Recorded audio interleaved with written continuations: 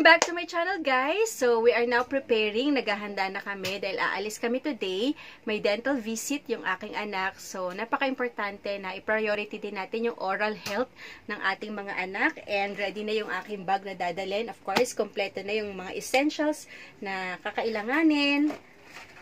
Face mask and face shield. So, we are now ready to go. Are you ready na, anak?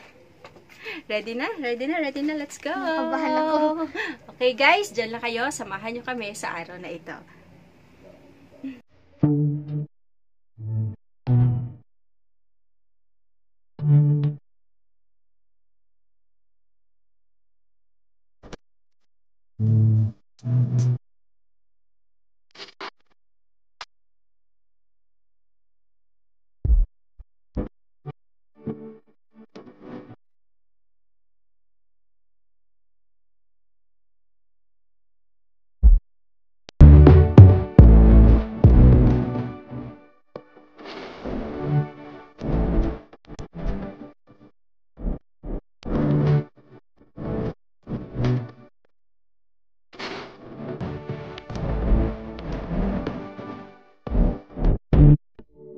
Guys, nandito na kami sa loob ng mall at pinayagan naman yung anak ko na makapasok kasi ang appointment naman namin ay sa dental. So kapag ang pakay mo ay sa medical city or dental, ay inaalaw naman yung mga bata and bibigyan ka lang ng essential pass. Ito yun. And mag-iiwan ka ng ID dun sa guard. And right after ng appointment, kailangan yung bata ay hindi na siya pwedeng umikot pa sa loob ng mall. So, yun yung kanilang ngayon. Kanilang rules, hindi ka sa loob ng mall. So, guys, punta na kami sa clinic.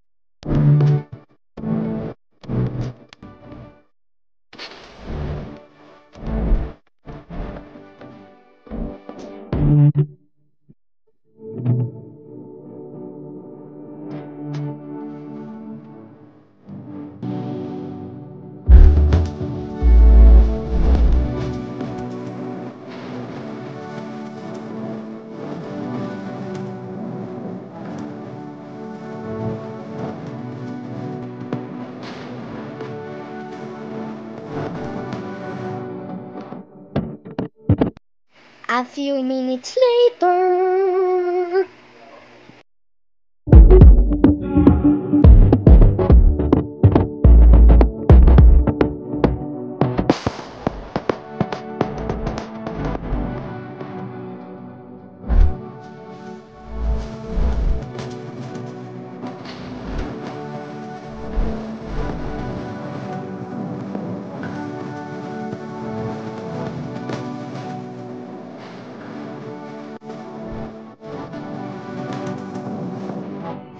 guys, unfortunately, wala pa yung doktor din sa dental pad and hindi kami makapaghintay. Kaya, nag-decide na ako na lumipat kami ng ibang dental clinic and now, we are just waiting para sa aming turn na matapos ng isang patient, then yung anak ko. Right? Excited? Kinakabahan yun. Kinakabahan daw. Bakit ka ba?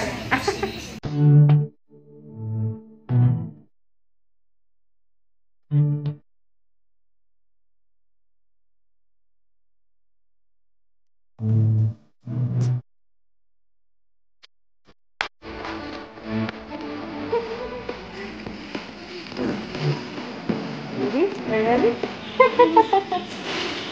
Don't move on.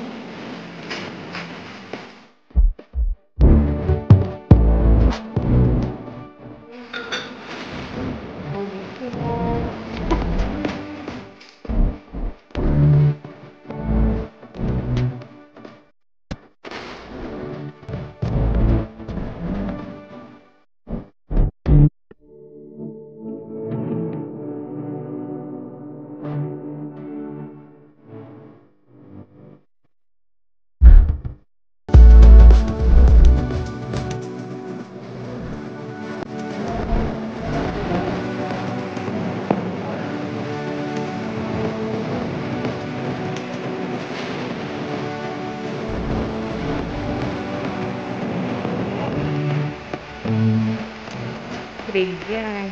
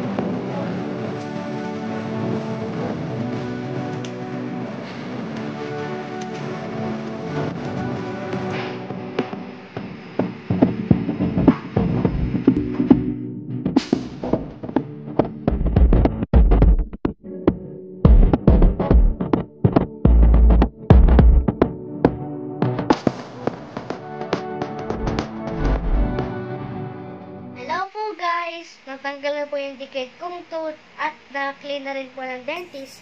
So kids, here are the tips for better oral hygiene.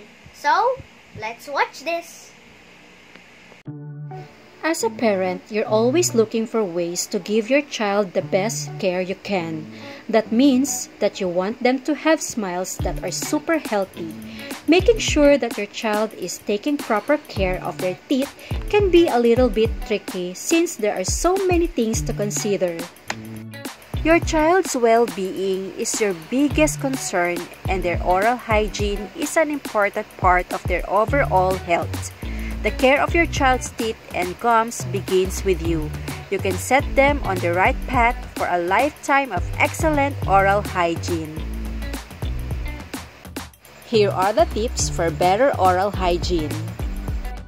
Brush twice a day. There's almost nothing more important for your child's teeth than making sure that they brush them regularly and properly. Your child should brush their teeth twice a day for 2 minutes each time, using back and forth in up and down motions. Don't forget to encourage them to brush their tongue and gums to eliminate bacteria that can linger there. Replace your toothbrush regularly. Your child's toothbrush can have a big impact on how effective their toothbrushing is. It's recommended that you replace your child's toothbrush every 3 months or when the bristles start to fray, whichever comes first. Floss once a day. It's best to floss before bedtime so your child can remove any food particles that may have gotten caught in their teeth. Get regular cleanings. Your child should see their dentist every 6 months for a routine cleaning and checkup. Regular cleanings will help remove any plaque buildup that can lead to problems like cavities. Consider a fluoride treatment. Your child's dentist can administer fluoride treatments which can help prevent tooth decay and cavities. Eat a tooth-healthy diet. Eating foods that are rich in calcium like broccoli, dairy products, and leafy green vegetables results in healthy teeth and bones. Start dental visits early. Bringing your child to the dentist at a young age will allow any developing issues to be caught and treated early, which can prevent these problems from worsening. Consider dental sealants. Dental sealants are a dental treatment that can prevent tooth decay in your child's permanent teeth. Avoid sticky, starchy, sugary foods. Limit your child's sugar intake wherever you can. When sugar gets on the teeth, it serves as a food source for bacteria. Skip fruit juice and soda. Most fruit juices are loaded with added sugar, often just as much as soda. This sugar will coat your child's teeth and provide a breeding ground for harmful bacteria.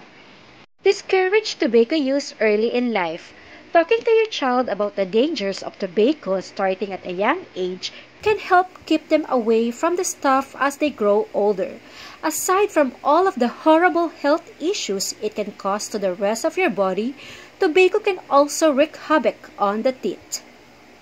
Thank you for watching! Kung kayo po ay bago sa aming channel, please don't forget to subscribe, like, share, and hit the notification bell para lagi po kayong updated sa aming ina-upload na videos.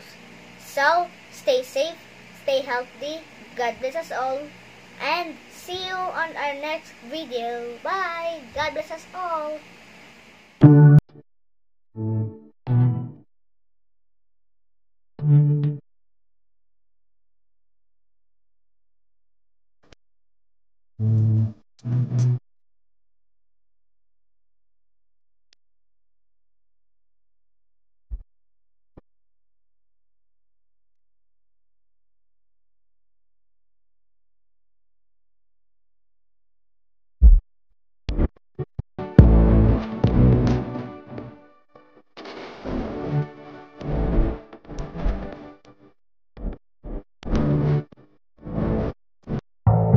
Thank you.